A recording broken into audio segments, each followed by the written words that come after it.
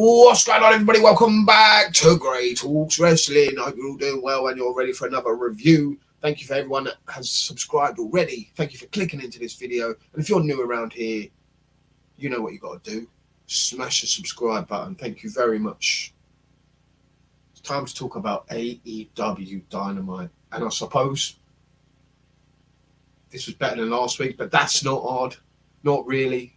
Considering the shit show it was last week, the embarrassment it was last week. They did a better job at building towards the pay-per-view that's only days away. Finally getting a little bit serious, I suppose. Why not? We're only a couple of days out. Let's get serious. We've got a pay-per-view at the weekend. Wasn't great though, was it? I mean, this company overall ain't great at the moment. The way it's being run is a complete mess, and it's just, yeah.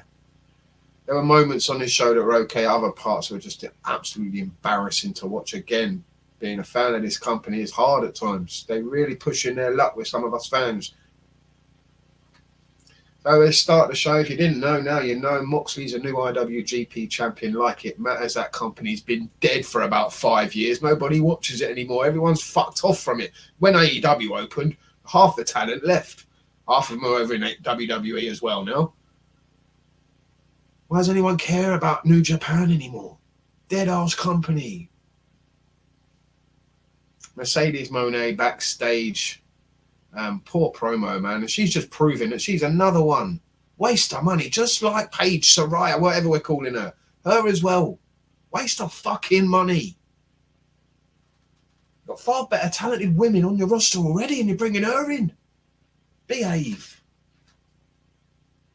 Brody and Julia versus Copeland and Willow was the first match out the gate. And this was a mess. This wasn't very good. Why are you Copeland, man? He's a star and you've got him feuding with Brody fucking King. This was the build towards the six-man tag he's having at your pay-per-view. You're putting in, he's just getting lost in a six-man tag. That's what you've got for Copeland at Dynasty. Come on.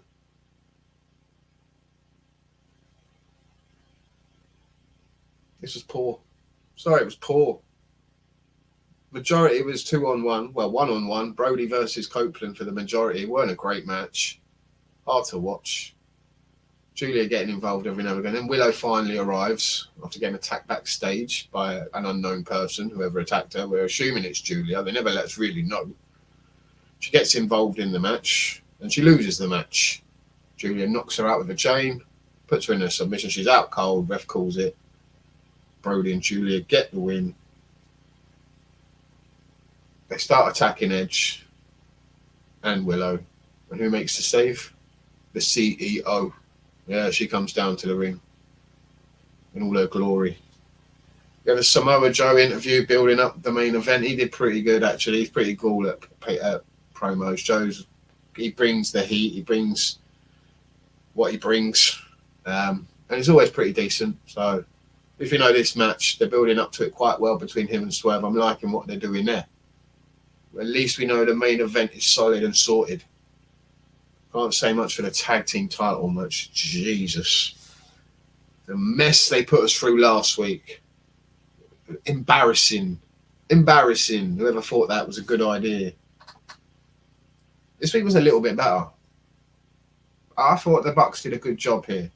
You have the FTR Bucks promo and they cut it backstage. There they are with, there's Okada, there's the Bucks, and there's Tony. And you know what? I'm going to make a prediction. Tony Khan's going to turn heel and join the Elite. I reckon he's going to become an on-air persona. Kind of like Eric Bischoff back in the day with the NWO. I reckon they're going down that road. People are already complaining online for months about how crap Tony is. He don't know what he's doing. He's erratic. Just splashing his dad's cash. Why not play into it? Why not become that rich kid character that's just splashing the cash, that doesn't care? It's his company. He can do what he wants. Why not go with it? Ain't got much else to lose, Tony. Can't get much worse. Let's go for it. We've got the Elite versus Pac, Penta, and Garcia. That was just a bland six-man tag. Pretty boring, pretty basic. The Elite get the win after a little bit of underhanded tactics that you're going to get from the Elite, but they got the win. They beat Garcia with the EVP trigger. There's a beatdown after the match. Of course, there's every match has something going on afterwards. You can't just have the match and then be done with it. No, there has to be something else going on after every match. The Bucks get a ladder out and they put Garcia in the ladder, but Pac makes the save and they all run away. Nice little bit of build there, I suppose. I am kind of looking forward to Pac versus Okada. That should be a pretty decent match at the pay-per-view, but build with it ain't been great. This was okay, I suppose. It's a little bit better here. Tell you what's been awful. The one thing I have not enjoyed, Chris Jericho. I think ever since he's arrived in AEW, I haven't really enjoyed anything he's done. Who has he gotten over, really? That couldn't have got over by themselves. Like he says it on his show tonight. Have a word. Have a word, really, Chris. Let's have a look at the two factions he's had. Who from those factions has benefited? Who's in a better place now than they were before? Daniel Garcia, because he does a little dance down to the ring. Behave. He's a clown. And he just got jobbed out to the Elite. Who else? Where's Sammy Guevara? Where's Santana and Ortiz? Where's any a member of the inner circle of the Jericho Appreciation Society now? How many of them have got over? A big fat zero. The only people that got over working with Chris Jericho is because the people that were working with Chris Jericho got away from Chris Jericho. And were luckily talented enough to survive Chris Jericho. That's the truth. And now it's Hook's turn. Poor Hook. He has to put up with this crap. And this was crap. They get Taz involved now. I don't mind. Taz ain't a great commentator, but I don't mind him being behind the commentary desk. But we don't want to see Taz in the ring anymore. And this was the main reason why. What happened here? He made Taz look like a fucking bitch. Shoved Taz over. Taz falls over like an old woman on an icy day falling over down the street. Just takes a tumble. Goes arse over tit. Way to make the former suplex machine look like an absolute bitch. Why? Why even do that? What was the purpose? What are you going to get out of it? You're not building any more heat. Jericho is done out here. He was an entrance song. That's all he was in AEW. And that's gone now. He's completely fucking useless. I'm sorry. And I was a fan of Chris Jericho. Not this Jericho, though. This Jericho sucks. And I'm not looking forward to Hook versus Jericho. They let us know about that. Swerve did a good job tonight. Built up the match with his promo backstage. And he comes out to the ring later and we see what he's got to say later on. And I enjoy that as well. Everything they're doing with Swerve and Joe, phenomenal. Good work. See, there are some good things in AEW. Some really good things. And then there are some really shit things going on. The Bang Bang Gang and the Acclaimed, they're going to be facing each other. I like the Bang Bang Gang. I'm a fan of theirs. And I'm a fan of the Acclaimed. They just don't get enough time on TV to tell a story, to do anything.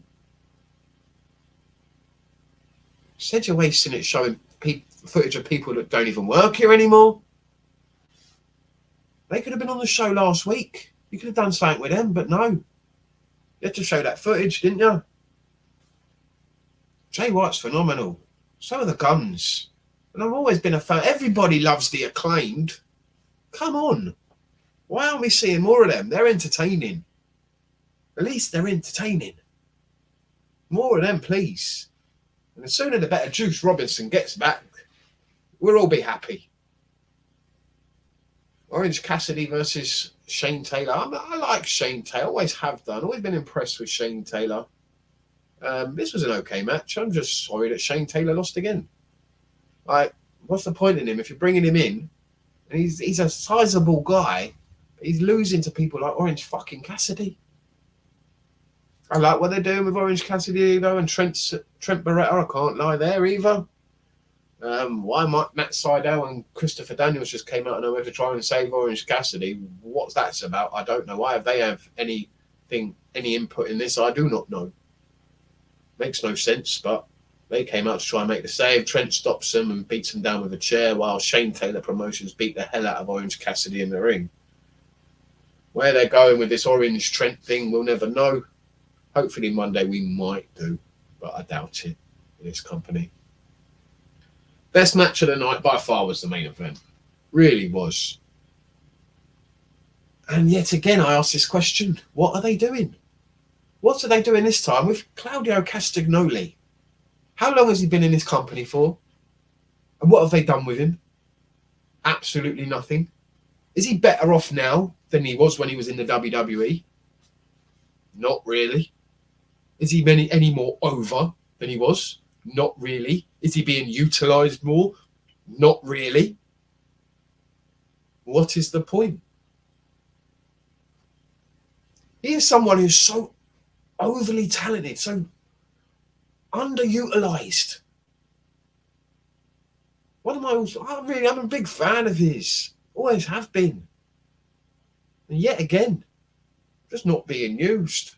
Just forgotten about. Just put him out there whenever we feel like it. He'll have a good match with whoever you put him in there with. But apart from that, no thank you. This guy could be main eventing pay-per-views with Joe, for the title at the moment. But no. Why not? Why bother?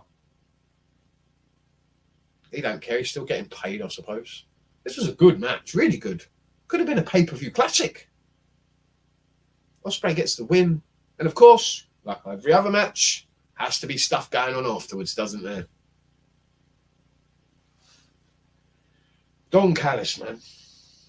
What's the point in him as well? He's shit. He really is. Like a pound store Paul Heyman. Just not very good.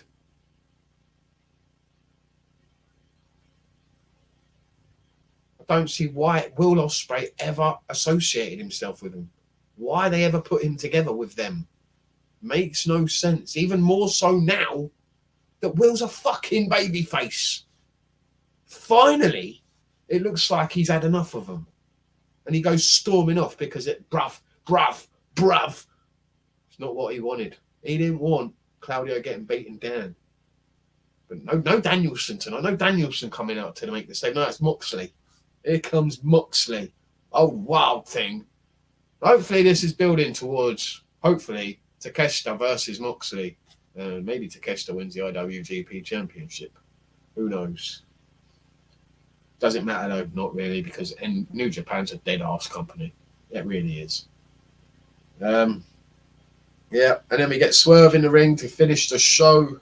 Cut a good promo. Here comes Joe. Here comes security. Swerve dives on security, takes them all out. They brawl. Joe gets the better of him. Goes for Nana. Swerve makes a save and ends up getting muscle busted for his trouble. Joe's on top to end the show. Like I said, best thing they're doing in this company at the moment. Swerve Strickland, phenomenal. Phenomenal. He is phenomenal. The only thing I don't like is fucking Nana with his fucking... That's annoying. If you got rid of that and just focused on Swerve, be brilliant. World Championship material then. Till then, he's just a joke meme. Get rid of Nana. You don't need him. He's weighing you down. He's tying you down. Get rid of him. Be yourself, and you'll go far. He should be winning the title, in my opinion. Really should be. Then Nana turns on him, or he turns on Nana. I don't care. Just get rid of him. My prediction is he's going to win that title, and so he has to. Joe's a transitional champion. Has been since he won it off of MJF. And he only won it because of MJF being injured. And the sooner MJF gets back, the better for this fucking company. That's the truth. They sorely and really miss him so much. Anyway, let me know what you think down below. If you have watched this far, thank you very much. Stay lucky, guys. Stay safe, and I'll see you next time.